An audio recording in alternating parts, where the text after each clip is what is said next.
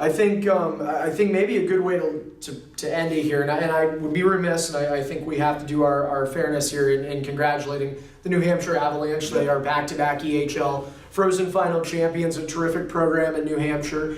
But for your team, now it's this video, of course, for the fans and the families and stuff. This almost serves as, I think, closure to the 18-19 season, at least from the EHL side of things. You're still busy with the NA, but it is time to close that book. And, hockey continues. So there were a lot of lessons for you, and I think my last question to you this year for this video would be, now that you know what it's like to get there, what's your mindset? Because I know it's, what do I have to do to get back? Yeah, I think that was the first question that I had walking down that hallway, going to load that bus. What do I got to do to get back here? You watch it, and we had them right off the bat, first game there, the Avs. They walked in with that mentality, that swagger. You could feel it on them. You could feel it on them when you were in starting lineups, and their coach is wearing his championship ring from last year. And it's like, what do I got to do to be that guy? What do I got to do to have that ring on my finger? What do I got to do to be on this ice celebrating with these kids? It goes back to the process that starts here in a week or two, But it was a big learning experience. I wouldn't change a whole lot, and something that I put on these kids was, we're not going to change who we are just because we're going to the finals. We had the banquet dinner. We got there the night before. I got the boys to the arena an extra half hour early because I knew they would want to walk around, soak up the atmosphere. But our mentality was, we're going to warm up the same way. We're going to load the bus the same way. We're going to go to team meals the same way. We're going to act the same way in the hotels. We're going to act the same way when we walk into that arena. When we get off that bus and we walk through that door, it was, you're punching the time card, here we go. Yeah. I think, and if you don't mind, I can go back, the playoffs, it was tough, it was grueling. Right. I think something for me to maybe tweak in the future is, how do you break that up a little bit? How can you break it up to settle the chaos of the schedule? You played 2 games, which Applecore played us tough. Yeah. They weren't easy. Absolutely. And especially that game too, going up on you guys 2-0. What was it? 5 minutes into the game. 5 days later, you're playing game 1 of the next series, and that went 3 rounds, and and then 2 days later, you're loading a bus going to Providence. And 3 days later, you're playing your first game there. So it was real short distances in between series and games, and Providence in and of itself, not to interject, but I mean, that's a gauntlet. 3 games in less than 72 hours. Yeah, and I think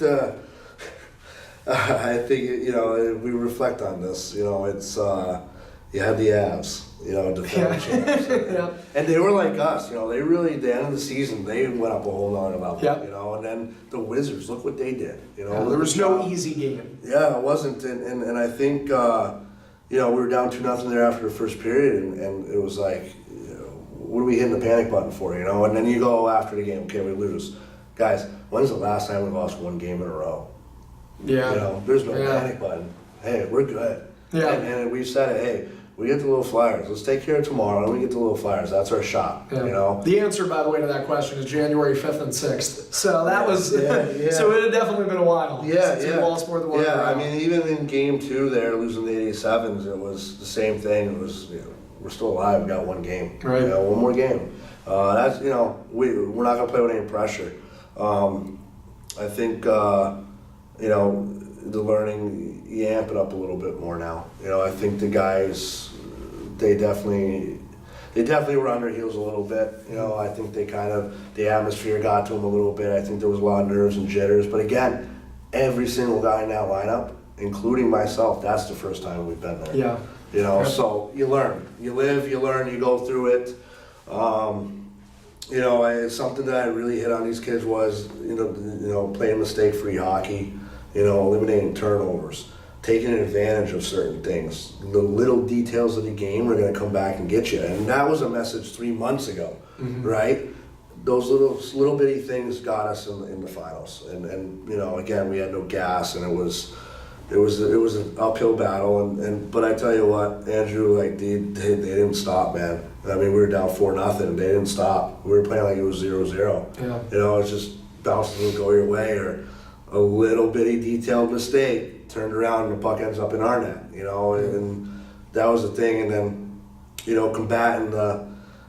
I mean, it was so tough, right? You lose game 2, but technically we weren't out of it. Right, absolutely. You know, so you go in that locker room, and I remember I walked down the hall, and, you know, I had some emotion hit me then. And then you walk around the corner and you see some of the boys and the emotion that they had, and you go in that locker room, and I think we sat there. I sat on a water cooler.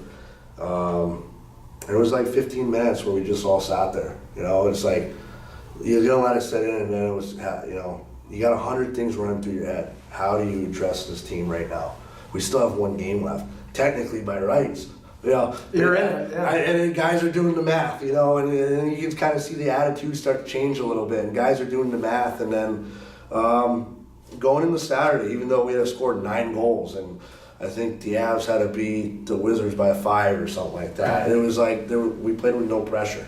Mm-hmm. Like we went out and we played and we competed, and right down to the final buzzer was Zach scoring the goal. And I tell you what, that and again, I'm sorry for being long with this. I think for a coaching moment, something that'll never leave me, and something that I hope that I can always teach these kids. One, becoming that family.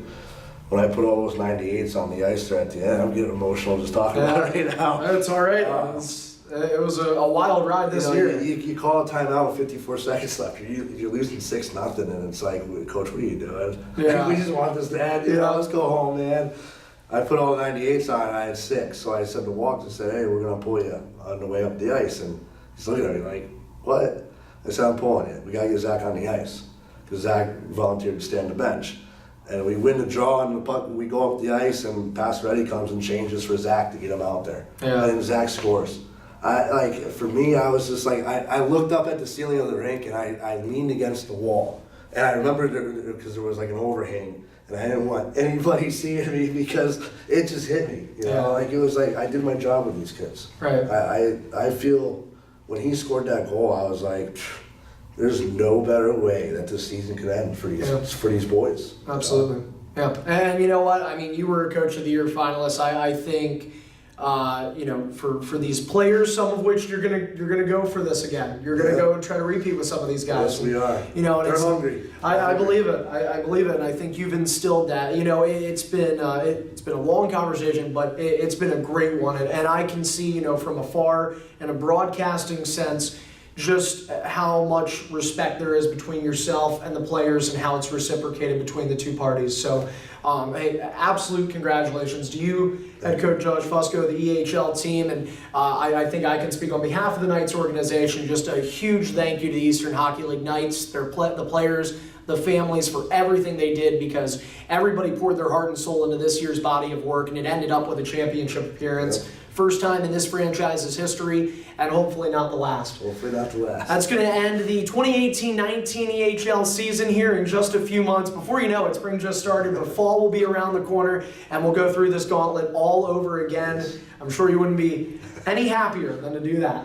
So with the fire that we have now, let's do it all again. That sounds good to me too. Well, hey, Coach Fusco, appreciate the time. Thank you so much. Congrats on the season. Thank you.